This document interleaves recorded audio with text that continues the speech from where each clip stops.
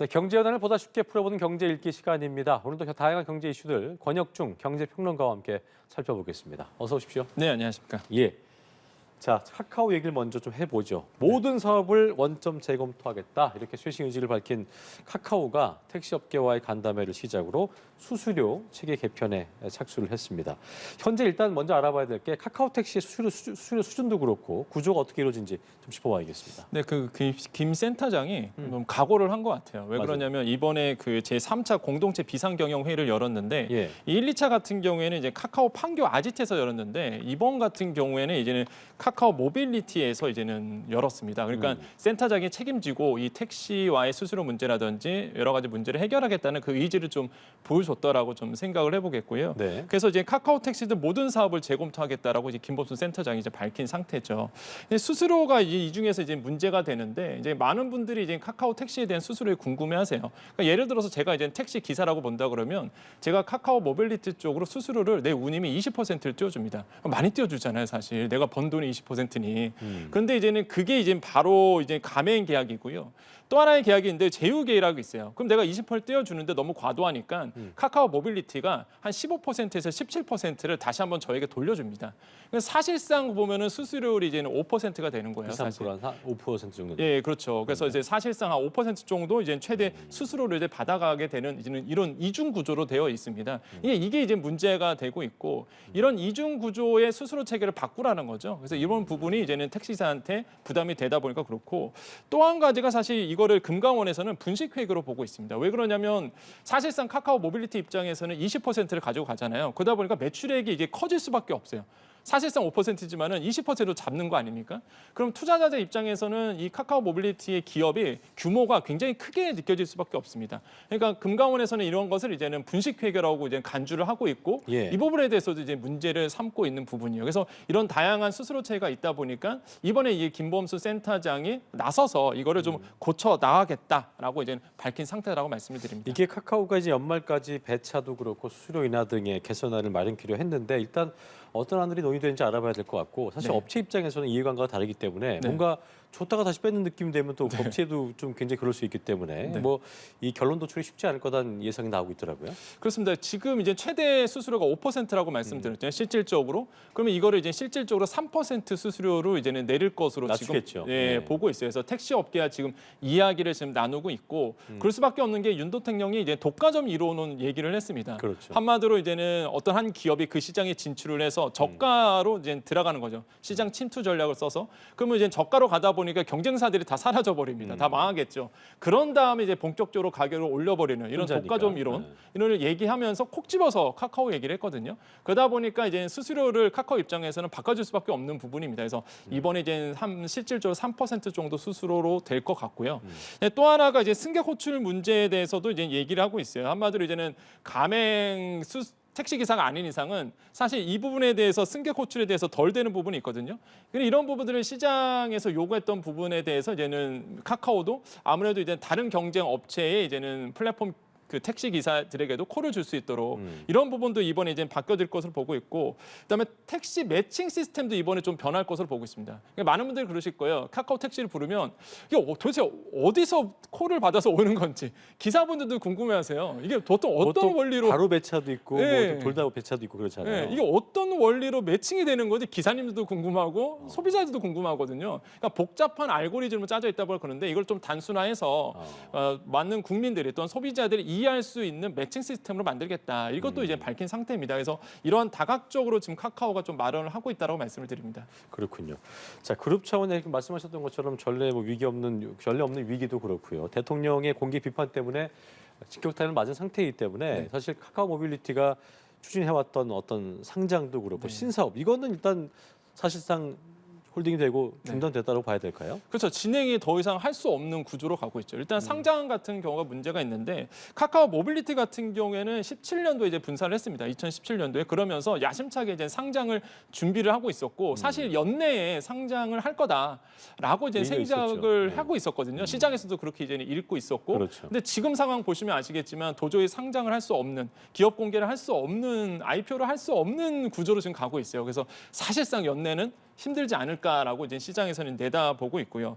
또 한 가지 신사업이 있습니다. 카카오 모빌리티가 또 하고 있는 게 카카오티 트래커라고 해갖고 이게 화물 중개 시장이에요. 그래서 이게 콜을 주고 받는 이런 화물 중개도 진출하려고 했었습니다. 근데 이게 원래 기존에 진출했던 이제 중소기업과의 이제 마찰 부분도 있고 사실상 지금의 이제 독과점 문제가 나온 마당에 이런 신사업에 또 진출할 수 없는 부분이거든요. 원래는 예정 시점이 지난달 중순에 사실 이거는 예정이 돼 있었는데 아직 출시를 안 하고 있는 부분도 있습니다. 예. 그래서 지금 이런 신사업도 지금 딜레이되고 있고 제가 봤을 때 가장 큰 문제는 이번에 이제 카카오가 기소가 됐습니다. 그러니까요. 그러니까 이게 법인도 기소가 됐거든요. 그러니까 네네. 양벌 규정이에요. 그러니까 양벌 규정이 뭐냐면 그 문제를 발생했던 사람, 그 소속된 사람이 뭐 문제를 발생했을 거 아닙니까? 법을 위반했어요. 그러면 법인이 그 사람에 대해서 이제 주의와 감독의 권리를 행사하지 않았다. 한마디로 소홀히 했다는 거죠.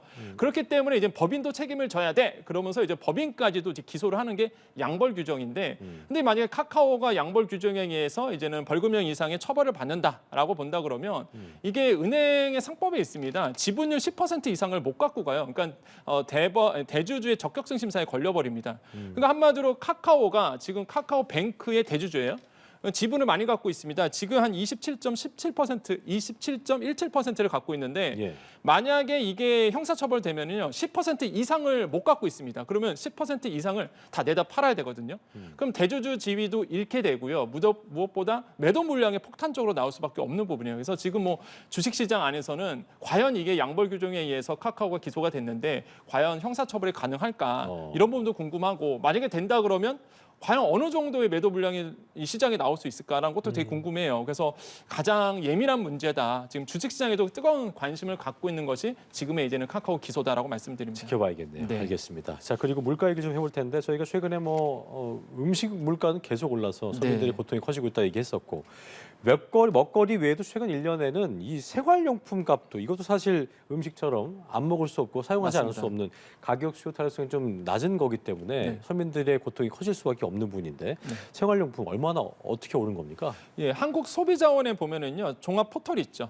참 가격이라고 있습니다. 여기에 이제는 자료를 본다 그러면 11월 기준으로 봤을 때 현재 기준으로 봤을 때 생활용품 80개를 좀 조사를 했습니다. 그 중에서 41개가 판매가가 올랐고요, 31개가 판매가가 떨어졌고 8개는 이제는 동일했습니다. 그래서 41개 정도가 올랐는데 이게 지난해 11월보다 평균 상승률이 한 18%. 거의 20%. 예, 거의 20% 올랐고 41개가 올랐다 그랬잖아요. 그 중에서 21개 정도가 두 자릿수 상승률을 기록했거든요. 많이 올랐죠. 그러니까 그렇죠. 내가 먹는 것도 올랐다는 거는 많이 느꼈을 텐데 네. 내가 이제 쓰는 것도 올랐다는 생활에서 거죠. 계속 쓰는 거. 예, 그렇죠. 이런 것도 지금 물가가 계속 좀 오르고 있고요. 예, 예. 실제 지금 본다 그러면 그러다 보니까 좀 가격에 대해서 부담스러워하시는 분도 많이 나오고 있고 이게 눈에 띄는 거는 저는 개인 서비스 요금도 올랐다라는 게 좀 눈에 띕니다. 그게 뭐냐면은 우리가 이제는 생활용품 같은 경우는 쓰는 거잖아요. 근데 마찬가지로 재화도 있지만은 이제 서비스도 우리가 소비하게 됩니다.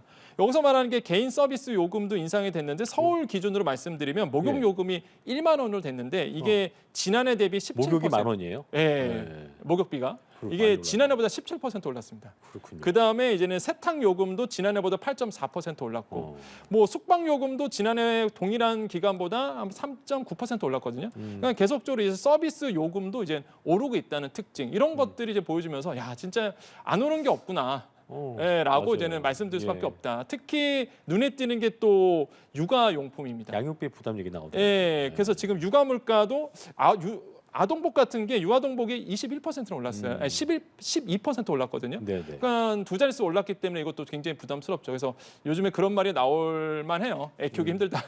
예, 그 정도로 사실 지금 맞아요. 뭐 육아 물가도 크게 오른 상태다라고 말씀드립니다. 전문가들한테 이 질문하면 참 곤란해하시던데 물가 상승세가 심상치 않은데 네. 이거 언제까지 오를까요? 어떻게 언제까지 흐름이 이어질까요? 그럼 네. 뭐라고 답하세요? 그러니까 추경호 부총리의 말을 좀 빗대어서 말씀을 드리면 11월 물가 추경호 부총리가 최근에 인터뷰에서 11월 물가 같은 경우 한 3.5에서 한 3.6% 안팎 정도 인상할 거다. 이렇게 오를 거다라고 이제 보고 있거든요. 근데 실제 이제 10월 물가 같은 경우에는 한 3.8% 정도 올랐습니다. 10월 물가 같은 경우에는 석유로 물가가 좀 크게 그러니까 내려가고 있는데 내려가는 폭이 좀 많이 줄어든 부분도 있겠고, 네네. 그다음에 농수산물 가격이 크게 좀 상승했던 부분이 있는데 이 농산물 가격이 13% 올랐습니다. 무려. 그래서 농산물 가격이 그렇게 많이 올랐구나라는 거 아마 피부적으로 실질적으로 만약에 시장 가시면 느꼈을 거예요. 그래서 이 정도 올랐기 때문에 10월 물가가 한 3.8% 상승했고 전망을 본다 그러면 이제 계절적 요인이 끝났기 때문에 뭐 물가 11월 물가는 좀 안정세를 기록할 것으로 보고 있지만 그래도 추경호 부총리 한 3.5% 예상하고 있기 때문에 그 정도 사실 시장에서는 오를 거라고 지금 내다보고 있습니다. 그래서 3.5에서 3.6% 정도 상승률을 기록할 것이다 보고 있고 정부도 하고는 있어요. 이게 물가 안정 책임관제를 도입을 했다라고 이제 얘기를 하고 있거든요. 그게 뭐냐면 예. 부의 공무원 한 명, 그러니까 무의 공무원 한 명, 배추의 공무원 한 명 이렇게 지정을 하는 겁니다. 그래서 그렇군요. 물가를 계속 모니터링하는 거거든요. 네. 그래서 정부가 물가 관리에 좀 힘을 쓰고 있다. 하지만은 네. 지금 물가는 계속 오르고 있다는 부분이 좀 뼈아프다라고 말씀을 드립니다. 네, 짧게 이것도 여쭤볼게요. 가계부채는 늘 심각하게 저희가 문제가 되고 있다 얘기를 하는데 네. 일반 가계대출과 비교해서 신용카드 같은 경우는 대출의 약이 좀 소액인데도 불구하고 이 현금 서비스, 뭐 최근에 카드론 같은 신용카드 대출 연체율이 급등하고 있다고 네. 하더라고요. 이게 그러니까 은행 신용카드 대출 연체율인데 이게 8년 만에 최고치인데 이게 뭐냐면 카드론이에요. 예, 그다음에 우리가 보는 현금 서비스 이거에 대해서 못 갚는 거죠. 근데 사실 이거 보시면 아시겠지만 소액이잖아요. 근데 소액인데 연체율이 증가되고 있다는 거는 취약계층 중심으로 굉장히 어렵다는 얘기고 그다음에 카드 대출 받으시는 분들 대부분이 이제는 아까도 말씀드렸지만 다중채무자가 많습니다. 그러니까 저는 어떤 느낌이냐면 탄광 속 카나리아라고 생각을 해요. 이 카나리아 새가 이제 탄광 속 들어가면 유해가스가 있으면 먼저 울거든요. 예. 그래서 이제는 광부들이 빨리 빠져나오는 그러니까 한마디로 미래에 대한 경고를 얘기하는 경고해 부분입니다. 주는군요. 예. 그러니까 지금 이런 소액 대출이 연체율이 늘어나고 있다는 거는 우리 사회에 지금 경종을 울리는 부분이 아닐까. 그래서 내년도에 취약계층에 대한 지원 정책들 네네. 지금 은행의 상생 방안들이 나오고 있는데 조금 더 적극적으로 은행들이 좀 나서줘야 되지 않을까라고 좀 생각을 해봅니다. 알겠습니다. 여기까지 경제읽기 권혁중 평론가와 함께했습니다. 오늘 말씀 고맙습니다. 네, 감사합니다.